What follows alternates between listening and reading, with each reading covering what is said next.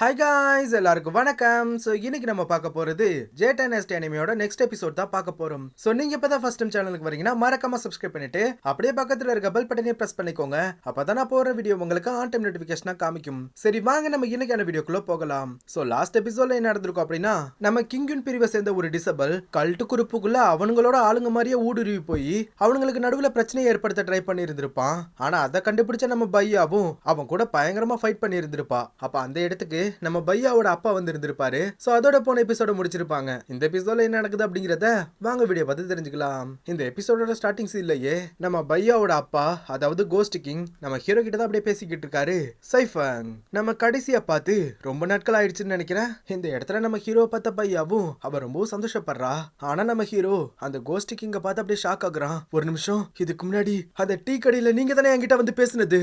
சைஃபங் நீ என்ன சொல்ற? உனக்கு அவனை ஏற்கனவே தெரியுமா என்ன அப்படிங்கிற மாதிரி நம்ம லிங்கர் ஹீரோ கிட்ட கேட்டுக்கிட்டு இருக்க. அப்ப அதை கேட்ட அந்த கோஸ்ட் கிங் சொல்றான், பரவாயில்ல சைஃபங், என்ன நீ நல்லாவே ஞாபகத்துல வச்சிருக்க. ஆமா, இப்போ நீ எப்படி இருக்க அப்படிங்கிற மாதிரி இவர் கேட்க. அப்ப அதை கேட்ட நம்ம ஹீரோ சொல்றான், இங்க பாருங்க, இதுக்கு முன்னாடி என்ன எதுக்காக நீங்க அப்ரோச் பண்ணீங்க, அதுக்கான காரணம் என்ன அப்படிங்கிற மாதிரி ஹீரோ கேட்க. அப்ப அதை கேட்ட அந்த மாஸ்க் போட்டு இருந்தவன் சொல்றான், சைஃபங் உன் முன்னாடி நிக்கிற அவன் அந்த கல்ட்டு குரூப்போட 4 மாஸ்டர்ஸ்ல இவனும் ஒருத்தவன். இவனை எதிர்த்து கண்டிப்பா நம்மளால இந்த இடத்துல ஜெயிக்க முடியாது. அதனால என்னால முடிஞ்ச அளவுக்கு நான் இவனை சமாளிக்கிறேன். நீங்க உடனே இங்கிருந்து கிளம்புங்க அப்படிங்கிற மாதிரி அவன் சொல்லிக்கிட்டு இருக்க. அப்ப இதெல்லாம் கேட்டுக்கிட்டு இருந்த அந்த கோஸ்ட் கிங்கும் பயங்கரமா சிரிக்கிறான். கிங்குன் பிரிவை சேர்ந்த யாருக்குமே மண்டையில மூளைங்கிறது சுத்தமாவே இல்ல. இந்த இடத்துல இருந்து என்னோட அனுமதி இல்லாம உங்க யாராலையும் தப்பிக்கவே முடியாது அப்படிங்கிற மாதிரி நம்ம பையாவோட அப்பா சொல்லிக்கிட்டு இருக்காரு. அப்ப இந்த இடத்துல நம்ம லிங்கர் சொல்றா, அடே டெவில், நீ உன்னை பெருசா நினைச்சுக்கிட்டு இருக்க, ஆனா உன்னை பார்த்து எனக்கு எந்த ஒரு பயமும் இல்ல அப்படிங்கிற மாதிரி அவ சொல்ல. அப்ப நம்ம பையாவும் அவளை பார்த்து சொல்றா, சைஃபங் இந்த பொண்ணுதான் அந்த லிங்கரா? ஆனா இவளை பார்த்தா அந்த அளவுக்கு ஸ்ட்ராங்கான மாதிரி தெரியலையே. அதை கேட்ட நம்ம லிங்கரும் அடியே பீச் அப்படிங்கிற மாதிரி சொல்லிட்டு அவ நம்ம பையா கூட ஃபைட் பண்றதுக்கு வரா. நீ ரொம்ப ஷார்ட் டெம்பரா இருக்க, பரவாயில்ல, உன்னோட திறமை என்னன்னு நானும் தான் பாக்குறேன்னு சொல்லிட்டு நம்ம பையாவும் லிங்கர் கூட போய் ஃபைட் பண்ண ஆரம்பிக்கிறா. ரெண்டு பேரும் அந்த இடத்துல பயங்கரமா ஃபைட் பண்ணிக்கிறாளுங்க. ஒரு கட்டத்துக்கு மேல நம்ம பையாவ் அவளோட பவர்ஸை கேதர் பண்ணி நம்ம லிங்கர் அப்படியே அட்டாக் பண்ணிடுறா. அந்த அட்டாக் நம்ம லிங்கரும் தடுக்க ட்ரை பண்றா. ஆனா அவளால முடியல. ஆனா இப்ப டக்குன்னு அந்த இடத்துக்கு வந்து அந்த மாஸ்க் போட்டிருந்தவன் நம்ம பையாவ் பண்ண அட்டாக்கை தடுத்து அந்த அட்டாக்கை திரும்ப நம்ம பையாவ் பார்க்கவே அனுப்பி வச்சிடறான். அதுவும் நம்ம பையாவை அட்டாக் பண்ற மாதிரி பக்கத்துல வந்துட. ஆனா இப்ப டக்குன்னு கோஸ்ட் கிங் அவரோட பவரை பயன்படுத்தி அந்த அட்டாக்க சும்மா அசால்ட்டா தடுத்துறாரு. அப்ப நம்ம ஹீரோ ரெண்டு பேருக்கிட்டே வந்து நீங்க ரெண்டு பேரும் நல்லா தானே இருக்கீங்க அப்படிங்கிற மாதிரி கேட்டுக்கிட்டு இருக்கான். அப்ப அந்த இடத்துல லிங்கரும் கோஸ்ட் கிங்க பார்த்து சொல்றா, இங்க பாரு, நான் முன்னாடி சொன்ன மாதிரி தான், உன்னை பார்த்து எங்களுக்கு எந்த ஒரு பயமும் இல்ல, நீ வேணா எங்க கூட வந்து ஃபைட் பண்ணி பாரு அப்படிங்கிற மாதிரி இவ ரொம்ப ஓவரா பேசிக்கிட்டு இருக்க. ஆனா அந்த கோஸ்ட் கிங் நம்ம லிங்கர் சொல்ற எதையுமே காதுல கூட வாங்கிக்கல. அப்ப அவர் நம்ம ஹீரோ கிட்ட சொல்றாரு, சைஃபங் நீ என் பொண்ணு கூட அந்த கேவ்ல மரணம் வரைக்கும் ஒன்னா இருந்திருக்க. அது மட்டும் இல்லாம எங்க ரெண்டு பேருக்கு நடுவுல இருந்த பிரச்சனையையும் நீ பேசி தீர்த்து வச்சிருக்க. அதனால நான் உனக்கு ஒரு உதவி பண்றேன். இங்க இருக்க நான் உங்க யாரையும் அட்டாக் பண்ண போறது கிடையாது. நீங்க எல்லாரும் இங்க இருந்து போறதுக்கு நான் உங்களுக்கு அனுமதி தரேன். ஆனா சைஃபங் நான் உனக்கு இன்னொரு ஆஃபர் தரேன். பேசாம நீ எங்களோட கல்ட்டு குரூப்ல வந்து சேர்ந்துடு. அதுக்கப்புறம் நீ என்னோட பொண்ணை மேரேஜ் பண்ணிக்கிட்டு நீங்க ரெண்டு பேரும் ஒரு சந்தோஷமான வாழ்க்கையை வாழலாம். அப்ப அதை கேட்ட நம்ம ஹீரோவும், போது நிறுத்துங்க, நான் எப்பவுமே கிங்குன் பிரிவை சேர்ந்த சீடன் தான். உங்களோட கல்ட்டு குரூப்ல வந்து சேர்றதுக்கு நான் செத்தே போயிடலாம். ஆமா சைஃபங், நல்லா உங்களோட காதுல கேட்கிற மாதிரி சொல்லு அப்படிங்கிற மாதிரி நம்ம லிங்கர் அந்த இடத்துல சொல்லிக்கிட்டு இருக்கா. இங்க பாரு சைஃபங், நேரம் இன்னும் நிறைய இருக்கு, அதனால நீ கண்டிப்பா இத பத்தி நல்லா யோசிப்பாரு அப்படிங்கிற மாதிரி சொல்லிட்டு அந்த கோஸ்ட் கிங்கும் நம்ம ஹீரோவை பார்த்து சொல்லிக்கிட்டு இருக்க. அப்ப அந்த மாஸ்க் போட்டிருந்தவ சொல்றான், சைஃபங் அப்புறம் லிங்கர் வாங்க நம்ம உடனே இங்க இருந்து கிளம்பலாம் அப்படிங்கிற மாதிரி அவ சொல்ல.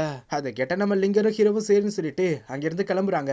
ஆனா நம்ம ஹீரோ போகும்போதே நம்ம பையாவை திரும்பி பார்த்துக்கிட்டே தான் போய்கிட்டு இருக்கான். சோ அடுத்த சீன்ல நம்ம பேம்போ எல்டர், அப்புறம் டிராகன் எல்டர், அப்புறம் தியான்மின் கோயில சேர்ந்த ஒரு சில மாங்க எல்லாரும் ஒன்னு சேர்ந்து அந்த கல்ட்டு குரூப்பை சேர்ந்தவங்களை பத்தி தான் பேசிக்கிட்டு இருக்காங்க.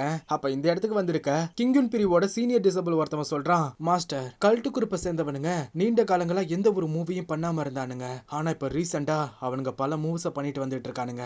நமக்கு கிடைச்ச தகவல் படி பார்த்தா 3000 வருடங்களுக்கு ஒரு வாட்டி வெளியே வர்ற அந்த டிவைன் பீஸ்ட் அவனுங்க பிடிக்க பாக்குறானுங்க. இந்த விஷயம் நம்ம நினைக்கிறத விட ரொம்ப சீரியஸா போய்கிட்டு இருக்கு. கண்டிப்பா இதை நீங்க ரொம்ப சீரியஸா எடுத்துப்பீங்கன்னு நான் நம்புறேன் அப்படிங்கிற மாதிரி அந்த சீனியர் டிசபிள் சொல்லிக்கிட்டு இருக்கான். அப்ப இதெல்லாம் கேட்ட அந்த டிராகன் எல்டர் சொல்றாரு, கவலைப்படாதீங்க, அந்த கல்ட்டு குரூப்பை சேர்ந்தவனுங்க எந்த இடத்துல ஒண்ணு கூட போறானுங்கன்னு நமக்கு தகவல் வந்திருக்கு. அப்படி இருக்கும்போது இந்த வாய்ப்பை நம்ம பயன்படுத்திக்கிட்டே ஆகணும். கல்ட்டு குரூப்பை சேர்ந்தவனுங்களோட எல்லாரோட கதையையும் நம்ம முடிச்சே ஆகணும். அப்ப இதெல்லாம் கேட்ட நம்ம பேம்போ எல்டர் சொல்றாரு, இங்க பாரு டிராகன் எல்டர், நாம இந்த விஷயத்துல எடுத்தோ கவுத்தோன்னு எதையும் பண்ண முடியாது.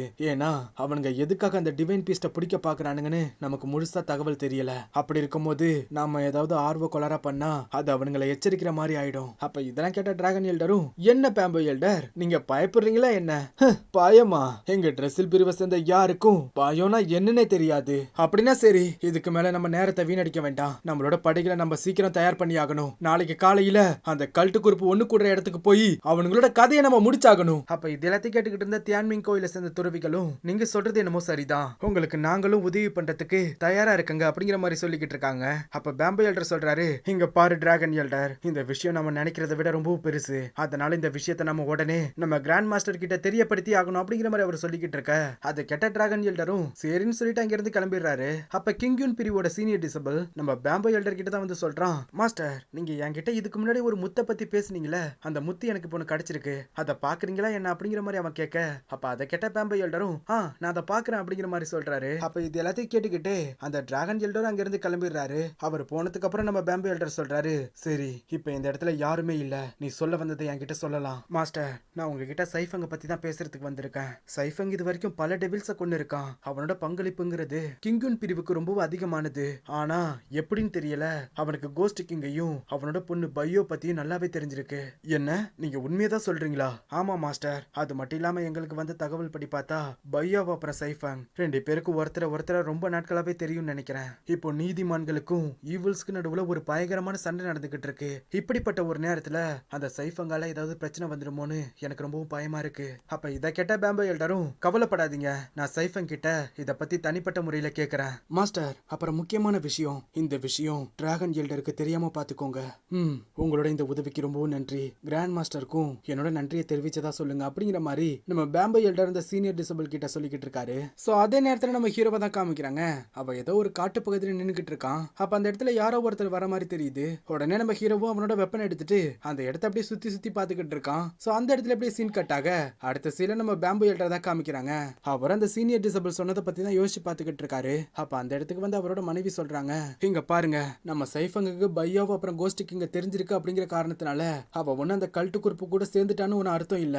இங்க பாருமா, நீ சொல்ல வேண்டியல எனக்கு நல்லாவே தெரியும். ஆனா பாரு, நம்ம பிரிவுல இருக்க எந்த ஒரு டிசபிளும் எனக்கு இந்த அளவுக்கு தொந்தரவு கொடுத்ததே இல்ல. இங்க பாருங்க, நீங்க சொல்றது என்னமோ சரிதான், ஆனா அவ அளவுக்கு உங்களை எந்த ஒரு டிசபிளும் இந்த அளவுக்கு பெருமைப்படுத்தினது கிடையாது. எனக்கு அவனை பார்க்கும் போதுல ஒண்ணு மட்டும் தான் தோணும், சின்ன வயசுல நான் உங்களையே பாக்குற மாதிரி இருக்கும். என்ன நீ என்ன சொல்ற? நான் ஒண்ணு அவன மாதிரி ஒண்ணு முட்டாள்லாம் ஒண்ணு கிடையாது. ஐயோ நீங்க இருக்கீங்களே, நான் ஒண்ணு அதை பத்தி சொல்லல. என்னதான் நீங்க பல நேரங்கள்ல அவனை பிடிக்காத மாதிரி நடந்துகிட்டாலும் அவன் மேல நீங்க ஒரு பெரிய எக்ஸ்பெக்டேஷனே வச்சிருக்கீங்க. நீ என்ன சொல்ற? நான் ஒண்ணு அவன்கிட்ட எதையும் எதிர்பார்க்கல. ஏங்க உங்களை பத்தி எனக்கு தெரியாது. சரி, சைஃபங் இந்த இடத்துக்கு வந்ததுக்கு அப்புறம் நாம அவன்கிட்ட இதை எல்லாத்தையும் பத்தி கொஞ்சம் பொறுமையா பேசுவோம். அந்த கோஸ்ட் கிங் பையாவை அவனுக்கு தெரியுங்கிற விஷயத்த பத்தி நம்ம கிட்ட அவ சொல்லாம இருக்கிறதுக்கு அவனுக்கு ஒரு சில காரணங்கள் இருந்தாலும் இருக்கலாம்ல. அதே நேரத்துல இங்க நம்ம ஹீரோவை தான் காமிக்கிறாங்க. அவன் அந்த காட்டுக்குள்ளதான் அப்படியே பொறுமையா நடந்து போய்கிட்டு இருக்கான். ஆனா இந்த இடத்துல அவனை யாரோ வாட்ச் பண்ற மாதிரி அவனுக்கு ஃபீல் ஆகிட்டு இருக்கு. உடனே நம்ம ஹீரோவை அப்படியே சுத்தி சுத்தி பாத்துக்கிட்டு இருக்க, அப்ப டக்குன்னு அந்த இடத்துக்கு வந்த ஒரு மண்டை ஓடு நம்ம ஹீரோவை அப்படியே அட்டாக் பண்ற மாதிரி வந்துடுது. பார்த்தா இந்த இடத்துக்கு அந்த கல்ட்டு குரூப்பை சேர்ந்த ஒருத்தவன் தான் வந்திருக்கான். அடே உன்னை தாண்டா நான் ரொம்ப நாட்களா தேடிக்கிட்டு இருந்தேன். உன்னை பத்தி தான் எல்லாரும் சொல்லிக்கிட்டு இருக்கானுங்க. அது மட்டும் இல்லாம நீ என்னோட ஒரு ஸ்டூடெண்ட கொன்னு இருக்க, அதுக்காக நான் உன்னை சும்மா விட மாட்டேன்னு சொல்லிட்டு அவன் அந்த இடத்துல ஈவில் ஸ்பிரிட் எல்லாம் சமன் பண்ணி நம்ம ஹீரோவை பயங்கரமா அட்டாக் பண்ணிக்கிட்டு இருக்கான். என்ன உன் ஸ்டூடெண்ட நான் கொன்னு இருக்கனா அப்படிங்கிற மாதிரி சொல்லிக்கிட்டு நம்ம ஹீரோவா அந்த இடத்துக்கு வர எல்லா ஈவில் ஸ்பிரிட் கூடயும் அப்படியே பயங்கரமா ஃபைட் பண்ணிக்கிட்டு இருக்கான். ஆனா ஒரு கட்டத்துக்கு மேல நம்ம ஹீரோவாலே அந்த இடத்துல சமாளிக்க முடியல. அவனுக்கு அந்த இடத்துல பயங்கரமா காயங்கள் ஏற்படுது. இருந்தாலும் அவன் ஜம்ப் பண்ணி அந்த கல்ட்டு குரூப்பை சேர்ந்தவன் அட்டாக் பண்ற மாதிரி பக்கத்துல போயிடுறான். ஆனா அப்ப அந்த இடத்துக்கு வந்த ஈவில் ஸ்பிரிட் எல்லாம் நம்ம ஹீரோவை அடிச்சு திரும்ப பறக்க விட்டுடுது. இருந்தாலும் நம்ம ஹீரோ விட்டு கொடுக்கல. அந்த இடத்துல அவனோட வெப்பனை பயன்படுத்தி அங்க வர எல்லா ஈவில் ஸ்பிரிட் கூடயும் பயங்கரமா ஃபைட் பண்ணிக்கிட்டு இருக்கான். ஆனா அவன் அந்த இடத்துல எக்கச்சக்கமான சோல்ஸை வர வச்சு நம்ம ஹீரோவை லாக் பண்ணி அந்த இடத்துல நம்ம ஹீரோவை போட்டு தட்டுறதுக்கு பாக்குறான். அப்ப நம்ம ஹீரோவோட கையில இருக்க மந்திரக்கோளோட கலரும் அப்படியே சேஞ்ச் ஆக நம்ம ஹீரோவோட கண்ணும் அந்த இடத்துல ரெட் கலர்ல மாறுது. அப்ப அந்த இடத்துல நம்ம ஹீரோவை அட்டாக் பண்ண வந்த ஈவில் ஸ்பிரிட்டை அவ லைட்டா பார்க்க தான் செய்யறான். அதுக்கே அங்க வந்த எல்லா ஈவில் ஸ்பிரிட் அப்படியே அழிஞ்சு போயிடுது. அது மட்டும் இல்லாம அவனோட பவர்ஸை யூஸ் பண்ணி அங்க வந்த எல்லா சோல்ஸையும் அப்படியே அசால்ட்டா அழிச்சிடறான். அப்ப அதே நேரத்துல அந்த கல்ட்டு குரூப்பை சேர்ந்தவனும் அவன் கிட்ட இருக்க அந்த ஸ்கல்ல பயன்படுத்தி நம்ம ஹீரோவோட பவர்ஸ் அப்படியே அப்சர்வ் பண்ண பாக்குறான். ஆனா இப்ப திரும்ப நம்ம ஹீரோவோட மந்திரக்குள்ள இருந்து அப்படியே ஈவில் பவர்லாம் வெளியே வர உடனே நம்ம ஹீரோவும் அந்த ஸ்கல்லையே பயங்கரமா அட்டாக் பண்ணி அதை அப்படியே கொஞ்சமா பிரேக் பண்ணி விட்டுறான். இதை பார்த்து அந்த கல்ட்டு குரூப்பை சேர்ந்தவனும் அப்படியே பயங்கரமா ஷாக் ஆகுறான். என் ஸ்டூடெண்ட் உன் கையால எப்படி செத்து போனான்னு நான் ரொம்பவும் ஆச்சரியப்பட்டேன். ஆனா அது எனக்கு இப்பதான் எப்படின்னு புரியுது. உன் கிட்ட இருக்க அந்த வெப்பன் அது ரொம்ப வித்தியாசமா இருக்கு. உன்னை இதுக்கு மேல உயிரோட விட்டா அது எங்களுக்கு தான் பிரச்சனை, செத்து போடான்னு சொல்லிட்டு அந்த கல்ட்டு குரூப்பை சேர்ந்தவனு நம்ம ஹீரோவுக்கு எதிரா அந்த இடத்துல ஒரு பயங்கரமான அட்டாக் பண்ண பாக்குறான். ஆனா ஆனா இப்ப டக்குன்னு அந்த இடத்துக்கு வந்த ஒரு பயங்கரமான பவர் அந்த கல்ட்டு குரூப்பை சேர்ந்தவனை அடிச்சு சும்மா பறக்க விட்டுடுது. யாருன்னு பார்த்தா நம்ம பேம்போ எல்டர் தான் வந்து நிக்கிறாரு. அப்ப அந்த கல்ட்டு குரூப்பை சேர்ந்தவன் சொல்றான், நீ என்னதான் அவனோட மாஸ்டராவே இருந்தாலும் அத பத்தி எனக்கு கவலை இல்ல. இன்னைக்கு நீனும் அவனும் இந்த இடத்துல சாக போறீங்கடான்னு சொல்லிட்டு அவனோட பவர்ஸ் அந்த இடத்துல பயன்படுத்த ஆரம்பிக்கிறான். உடனே அந்த இடத்துல எக்கச்சக்கமான ஈவில் ஸ்பிரிட்லாம் அப்படியே வந்துகிட்டு இருக்கு. அதை பார்த்த நம்ம பேம்போ எல்டரும் அந்த கல்ட்டு குரூப்பை சேர்ந்தவனை போய் பயங்கரமா அட்டாக் பண்ண பாக்குறாரு. ஆனா அவன் அந்த இடத்துல ஈவில் ஸ்பிரிட் எல்லாம் பயன்படுத்தி நம்ம பேம்போ எல்டர் பண்ற எல்லா அட்டாக்ல இருந்து அசால்ட்டா தப்பிச்சுக்கிட்டு இருக்கான். ஆனா இதனால காண்டான நம்ம பேம்போ எல்டரும் அந்த இடத்துல அவரோட பவரை யூஸ் பண்ணி அப்படியே தரையிலே அடிக்க அதனால அந்த இடத்துல ஒரு மிகப்பெரிய வெடிப்பே ஏற்படுது. சோ இதனால நம்ம பேம்போ எல்டரும் அந்த கல்ட்டு குரூப்பை சேர்ந்தவன் எங்க இருக்கான்னு கண்டுபிடிச்சிடுறாரு. உடனே நேரா அவனை போய் அட்டாக் பண்ண போனா அவன் அந்த இடத்துல பல செயின்ஸ் எல்லாம் வர வச்சு நம்ம பேம்போ எல்டர் கூட பயங்கரமா ஃபைட் பண்ணிக்கிட்டு இருக்கான். ரெண்டு பேருக்கு நடுவுல அந்த இடத்துல பயங்கரமா ஃபைட் நடந்துகிட்டு இருக்க நம்ம பேம்போ எல்டரும் அந்த இடத்துல அவரோட பவரை சும்மா வெறித்தனமா பயன்படுத்தி அவனை அடிச்சு பறக்க விட்டுக்கிட்டு இருக்காரு. அதே நேரத்துல அந்த கல்ட்டு குரூப்பை சேர்ந்தவனு சும்மா இல்ல, அவன் செம்ம காண்டாயி அந்த இடத்துல ஒரு மிகப்பெரிய ஈவில் ஸ்பிரிட் அப்படியே வெளியே கொண்டு வரான். அப்ப இத பார்த்த நம்ம பேம்போ எல்டரும் அந்த இடத்துல ஒரு பெரிய ஃபார்மேஷனை போட்டு ஒரு தண்டர் டிராகன் அப்படியே உருவாக்குறாரு. அப்ப அந்த இடத்துல வெளியே வந்த தண்டர் டிராகனும் நேரா போய் அந்த பெரிய ஈவில் ஸ்பிரிட் அட்டாக் பண்ணது மட்டும் இல்லாம அந்த கல்ட்டு குரூப்பை சேர்ந்தவனையும் பயங்கரமா அட்டாக் பண்ணிடுது.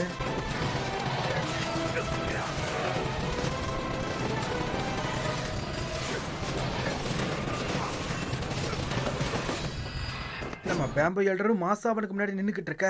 அப்ப அதை பார்த்து அந்த கல்ட்டு குரூப்பை சேர்ந்தவனும் ஒரு சீக்ரெட் டெக்னிக்கை பயன்படுத்தி அங்கிருந்து வேகமா தப்பிச்சு போயிடுறான். அப்ப இந்த இடத்துக்கு பேம்போ பிரிவோட மத்த டிசபிள்ஸும் வந்துடுறாங்க. சீக்கிரம் வாங்க, அவனை தப்பிக்கவே விடக்கூடாதுன்னு சொல்லிட்டு அந்த கல்ட்டு குரூப்பை சேர்ந்தவனை தேடிட்டு அப்படியே போய்கிட்டு இருக்காங்க. ஆனா இப்ப சடனா அவங்களுக்கு ஏதோ ஒண்ணு வித்தியாசமா தெரியுது. உடனே எல்லாரும் திரும்பி அப்படியே பாத்துக்கிட்டு இருக்க.